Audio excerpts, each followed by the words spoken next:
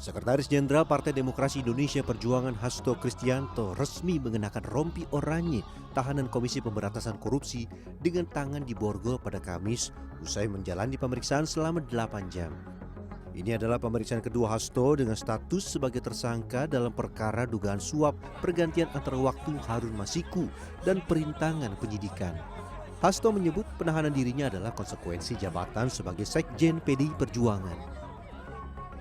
Bahwa sebagai Sekjen PDI Perjuangan, saya dengan kepala tegak siap menerima konsekuensi apabila bagi Indonesia raya kita.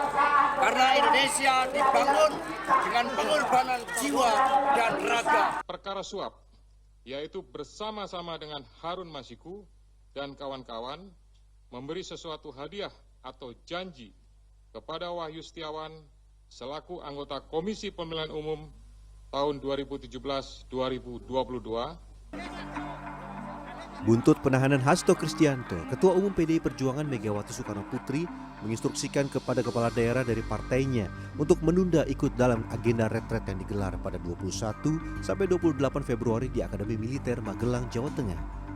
Megawati juga meminta kepala daerah yang sudah dalam perjalanan menuju Magelang untuk berhenti dan menunggu arahan lebih lanjut. Instruksi ini diteken Mega pada Kamis 20 Februari 2025 malam.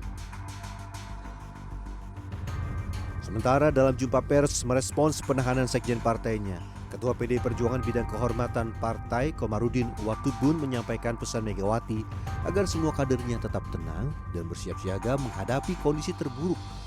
Mega juga mengambil alih kendali partai dan tidak menunjuk pelaksana tugas sekjen. Ketiga, sehubungan dengan itu, Ketua Umum mengambil alih komando dan tidak menunjuk PLT Sekjen. Meski ada instruksi untuk menunda ikut dalam agenda retret, Gubernur Bali sekaligus Ketua Dewan Pimpinan Daerah PDI Perjuangan, Wayan Koster tetap bertolak ke Magelang. Koster tiba di Bandara Internasional Yogyakarta di Kulon Progo pada Jumat pagi, usai dilantik oleh Presiden Prabowo Subianto di Istana Kepresidenan Jakarta pada Kamis 20 Februari. Koster memilih diam saat ditanya mengenai instruksi dari Ketua Umum partainya yang meminta kepala daerah dari PDI Perjuangan untuk tidak menghadiri retret di Magelang. Selain Wayan Koster, kader Partai Banteng Moncong Putih yang tiba di Bandara Internasional Yogyakarta pada Jumat siang adalah Bupati Banyumas Sadewo Trilastiono. Sadewo berdalih berangkat ke Magelang untuk menjenguk anaknya yang tinggal di Muntilan, Jawa Tengah. Ya, persiapan retret gimana, Pak? Mau makan, Pak? Oh, nggak ada persiapan apa-apa. Pak, terkait instruksi Bu Mega gimana, Pak? Ya, nggak apa-apa. Mungkin instruksi Bu Mega ya instruksi aja. Terus ini mau kemana dulu, Pak? Mau kemana dulu? Saya mau ke rumah anak saya di Muntilan. Mau tidur dulu. Istirahat dulu, Ge. Kenapa? Istirahat dulu. Di Muntilan. Instruksi Megawati kepada kader PDI Perjuangan yang menjabat kepala daerah untuk menunda ikut dalam agenda retret di Akmil Magelang bertolak belakang dengan pesan Megawati kepada kepala daerah terpilih yang diusung PDI Perjuangan pada Pilkada 2024. Sehari sebelum pelantikan, Megawati sempat memberikan arahan dan pembekalan kepada para kepala daerah terpilih usungan PDI Perjuangan.